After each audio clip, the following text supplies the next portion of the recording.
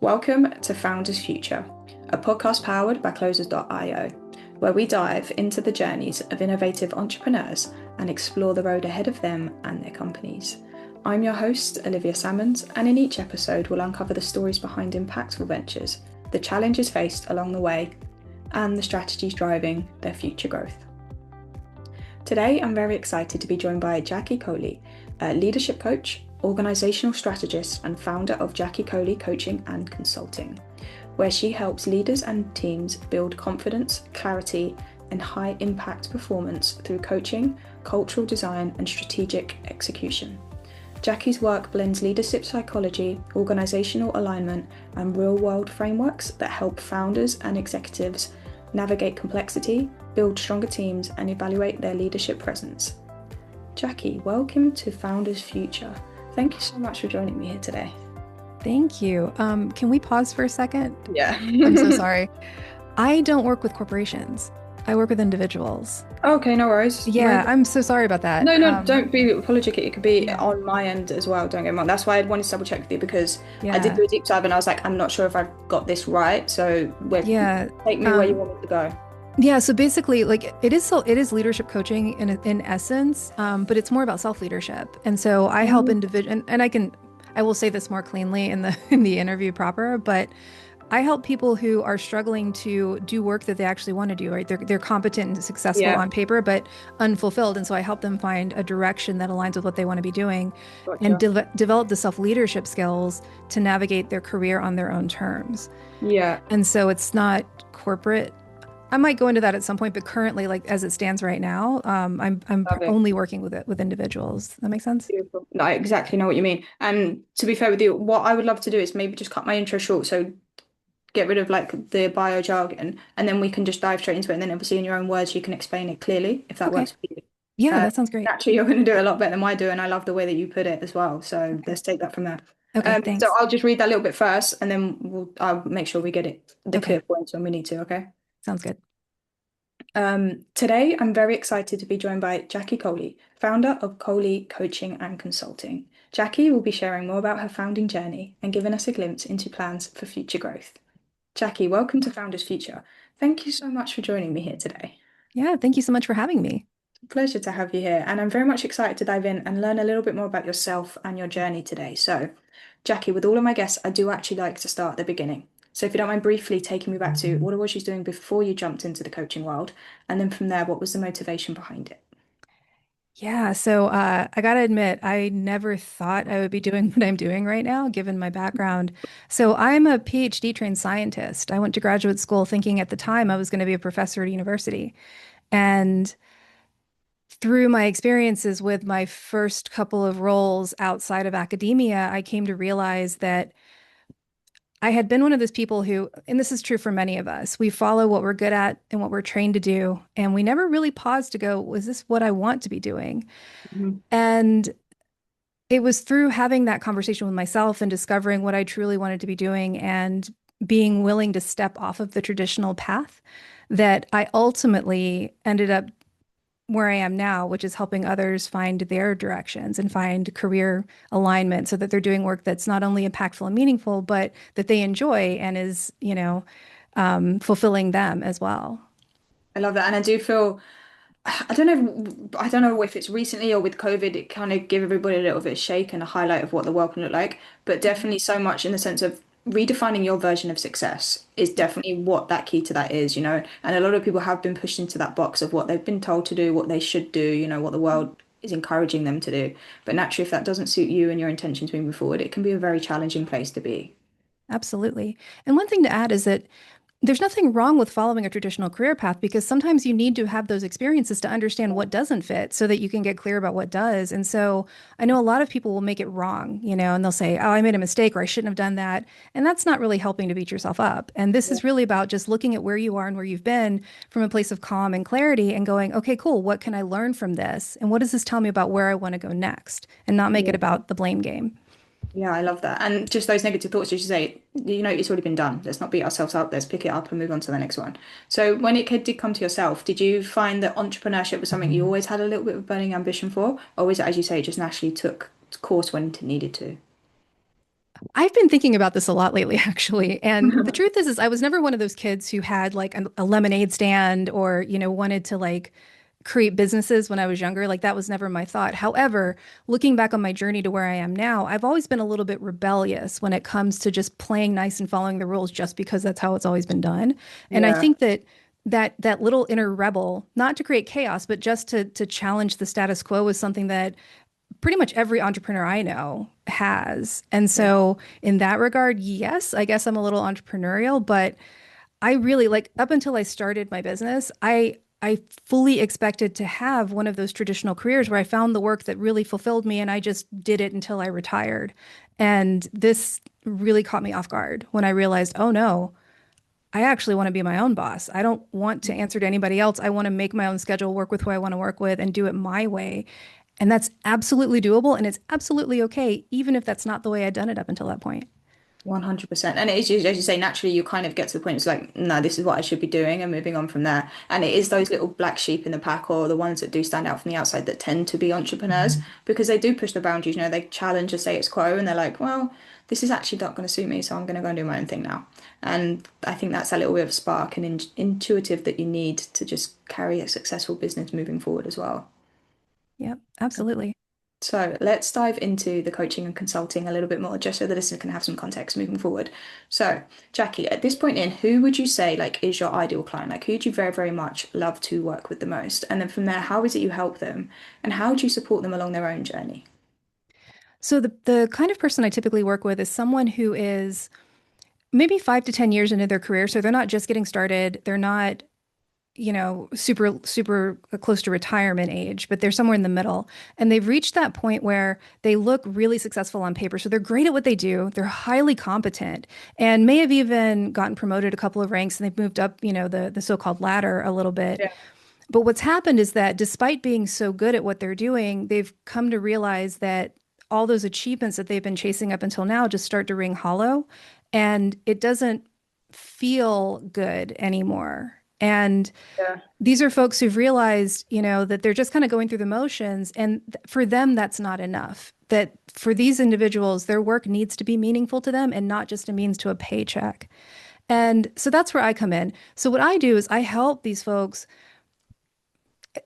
in a nutshell, make really powerful aligned decisions and then follow through. Like if you had to boil it down, that's really all I help people do, which is overly simplifying it. But what that allows us to do is, get clarity about what it is that they actually want and then make decisions from that place of clarity and then Yeah. foster the courage to follow through. And doing that over and over again is really all it takes to craft the career you want, craft the life you want, get the kind of outcomes that you want. And because of the nature of my work, at the moment I just work one-on-one with clients for the most part. I am thinking, depending on when this interview airs, I may have a group program at that point because I'm in the process of developing one. But right now I work one-on-one with clients and I help them in one of two ways.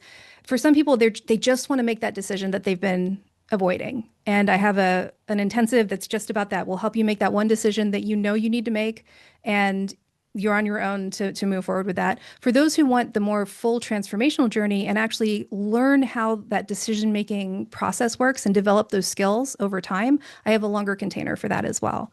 But it all starts with that first decision. Yeah, and that is the key to it moving forward. As you said, you put it in such nice, simple terms. There is obviously a lot more to that, and a lot of inner work, I suppose, as well, just to make sure you are aligning with your vision and your message moving forward. Mhm. So, how is it that you work with them? Are you very much in the trenches, kind of holding their hand the whole way through that? Like, what is your style of coaching?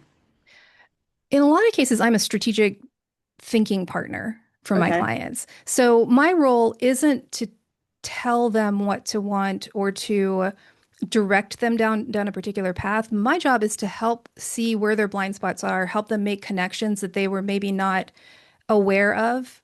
Just because we only see things through the lens that we typically see things through. And this is the power of working with any kind of a coach, any kind of a good coach, is that they're going to see things from a perspective that you just can't. And that's the limitation of trying to do this sort of inner work on your own. You're only going to go so far because our awareness is limited to what we're used to thinking about. Yeah. So when I work with clients, it's really about stripping away all of the parts of themselves that's not who they actually are underneath all of the titles and the accolades and the personas that they've acquired over time. And again, this isn't to demonize anything in the past, right? It's about helping them learn how to trust themselves again, to trust Yeah. that it's okay to want what they want, and that while they can't necessarily predict what's going to happen, because, we can't predict the future, you can trust that you'll be able to show up and you'll be able to handle whatever happens, and just helping them reconnect with what they actually desire and then go after it. Yeah, I love that. And it is almost as you see, everything you can control, because as you say, you can't predict the future, you can't control what's going to happen moving forward, but you can control what you're doing now to encourage that, you know. So it is about being in the present, finding is what you aligns with you and your message and your purpose, and then almost rewriting the habits and running from the hills. Is a nice approach to take that. So one thing I'm very curious to find out though is how you about acquiring your customers. So like in terms of channels or methods, like what are you finding most effective at the moment in just finding those right people to work with? Most of my clients either come through LinkedIn, or occasionally I'll get referrals, especially from colleagues who are more traditional career coaches. And what we'll find is that if someone goes to them and they're like, I need help navigating the job search, but they don't actually know what they want to do, then they can't really move forward with that. So that's where I can help. Mhm. But most of my clients come through LinkedIn. I post almost exclusively on that platform, and I offer ways for them to reach out to me. So I don't do cold outreach. And this is because I think every single person I've ever worked with has been a lurker. Like they didn't, they don't comment. They're not particularly public online, but they're there and they're paying attention. And, for what it's worth, I'm a lurker too, like, left to my own devices. So I say that with 100% love. But I try to share my perspective, share my point of view, and then make invitations, either to send me a DM or to book a call. And we have conversations from there to see if it's a good fit and then move forward if it makes sense. Yeah. So as you say, the lurkers is a really great way to put it. I would also class myself in that category. I have been called a stalker in the past by my friends for that same kind of reason. I'm the person that will just look at everything and not really interact. So yeah, I know exactly what you mean. And it's more of a softer approach with people naturally when they're not ready to take that step either. Do you run any form of like paid advertisements at all, or is it just very organic on your output? At the moment, it's just organic. Nice. The thing about ads, which they have that same effect with the lurkers, they just bring a little bit more consistency because you are reaching a broader audience with like the messages you're putting out there. And I take it, are you still pretty much a solopreneur at the moment, Jackie, kind of wearing all the hats yourself, or do you have a team that are helping you out on the back end of things? No, I'm just a one-woman show at the moment. Love it. And how are you kind of finding it, juggling all those hats and running the business? Some days it's easier than others. Having said that, I I never really envisioned this becoming a big Okay. production either. I might hire an assistant or a couple of people to help at some point in the future. But one of the reasons why I decided to start a business was that I want flexibility and more autonomy and ability to travel and kind of do more of the things I want to do on my own schedule. Yeah. And frankly, like the idea of managing a big team just doesn't appeal to me. So I don't know exactly what it'll look like, say, 5 years from now, but I don't envision it being more than maybe me and one or two other people just for specific things that are well outside of my zone of genius. Yeah, so just keeping it streamlined and as you say, building that business to the life that suits you as well. It's Mhm. one of the many benefits of being a founder, as we said at the start. So with that being said, like what is your vision for the company? And then like, if you think of maybe the next 6 to 12 months, like what are those goals or those targets that you're working hard to achieving at the moment? My main target right now is about increasing my impact. So I've been coaching for about 5 years now, but only the last two have been full time. Prior to that, it was a side thing while I was fully employed. And I've really been experimenting, and kind of finding my voice and figuring out exactly like how I want to show up and who I want to work with and dialing it in. There's a lot of similarities over time, but it's really focused and sharpened quite a bit, especially in the last 6 months.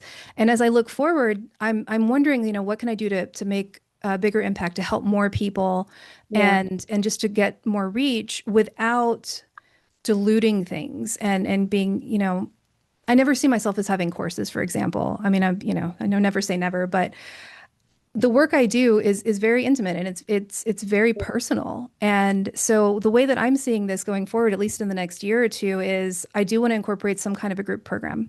Still a small group, higher touch container to Mm. facilitate these transformations. And And that way I can still work one-on-one with a handful of clients, but I want the bulk of my business to come through a group container, cohort style group coaching, for Yeah. example. And in addition to that, I'm looking at speaking more. I'm definitely, I love having podcast conversations. I think this is a really fun way to not just meet people and but also to get the word out, right? Yeah. And I'm looking at speaking on stages. One of the things that I know I've been craving lately is just more human contact in three dimensions. I mean, I love Zoom. I think it's great that, you and I can talk to each other in completely different continents, right? But there's something I kind of miss being in a room with people. And so right now I'm just in the beginning stages of this at the moment, but I'm looking at, where can I start speaking on physical stages, at conferences or Yeah. association events, and just be in rooms with people. And, through the group offering and then the speaking is how I'm thinking about growing my business going forward. Yeah, the group offering I can 100% understand. It is that like one-to-many approach that a lot of founders struggle to scale on that one-to-one level. So adding that in, it also brings a different dynamic to the offer because you do have more of a camaraderie effect moving forward. So yeah, it's an easy approach in for someone that's not ready to make that big transitional step on the one-to-one approach. But also you can learn from each other. You have like hopefully build relationships and connections with people going through a very similar transition in life as well. So it Mhm. just brings a whole nother kind of like team dynamic moving forward. And yeah, getting intentional with the rooms that you put yourself in is always a great way to get your voice heard. It's just a bit of a harder process sometimes to find those right rooms to get yourself in and really kind of get yourself out there as well. Where are you probably finding the biggest challenge for yourself at the moment, Jackie, in taking those next steps, or even within the business currently? Um, when it comes to the group program, so I've been procrastinating this for a long time. And I laugh when I say that because this is exactly the sort of thing I help my clients with. This is why I have my own coaching or my own coaches, right? Yeah. But getting over that feeling of, but I'm not ready to launch it was the biggest hurdle. And when it came to launching the group program, I'm not ready. I need this big of an audience, or I need this many one-on-one clients so that it's all just head trash. Um, and having gotten over that, that makes it a lot easier to move forward with the group launch. When it comes to speaking, the big scary piece is that there's more outreach involved in that, and that's not something I currently do to attract my clients, and so I'm wrestling with all the normal human fears of, oh, it's gonna sting when people say no, and where do I find them, and what do I say? All of the normal fears that come up, and it's just getting over the fact that this is unfamiliar, and that's where all that's coming from. It's just this is a new set of skills that I haven't mastered yet, and we all suck at the things that we're new at, and it's just getting over that sort of feeling of being a beginner again. Yeah, I know You exactly know? what you mean. And even a little bit of imposter syndrome coming in, which most founders struggle with as well, it is that like perfectionism, having everything in place before you like sell it your service, because it is a very you're protecting your baby moving forward. So I 100% understand. So yeah, it's just being comfortable, being a little bit uncomfortable for a while until naturally it takes that step.